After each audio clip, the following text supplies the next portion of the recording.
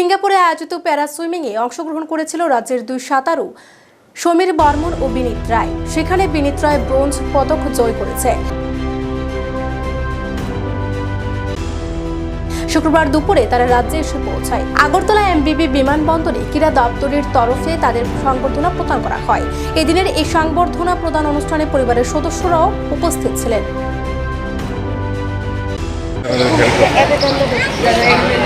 আমাদের এই যে ইন্টারন্যাশনাল ইভেন্টে অংশগ্রহণ করার জন্য আমরা বিগত বেশ কিছু বছর যাবৎ খুব চেষ্টা করে আসছিলাম।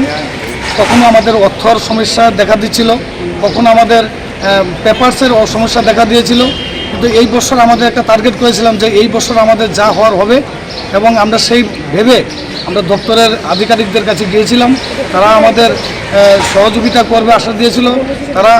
তার পাশাপাশি আমরা যে ফেসিলিটিটা সবচেয়ে বেশি পেয়েছি যাদের জন্য, তারা হলেন আমাদের রাজ্যের মাননীয় ক্রীড়ামন্ত্রী শ্রী টিঙ্কু রায় স্যার। উনি আমাদের ডাইরেক্ট বলেননি, কিন্তু তিনিই সব কিছু করে দিয়েছেন। এবং আমাদের রাজ্যের মাননীয় মুখ্যমন্ত্রী প্রফেসর মানিক সাহা স্যার, ওনার সাথে আমরা দিল্লিতে দেখা করেছিলাম। উনি বলেছেন আধিকারিকদের ডেকে যে এদের জন্য কোনো অসুবিধা না হয়, এদের সম্পূর্ণ যাতে ঠিকভাবে করতে পারে।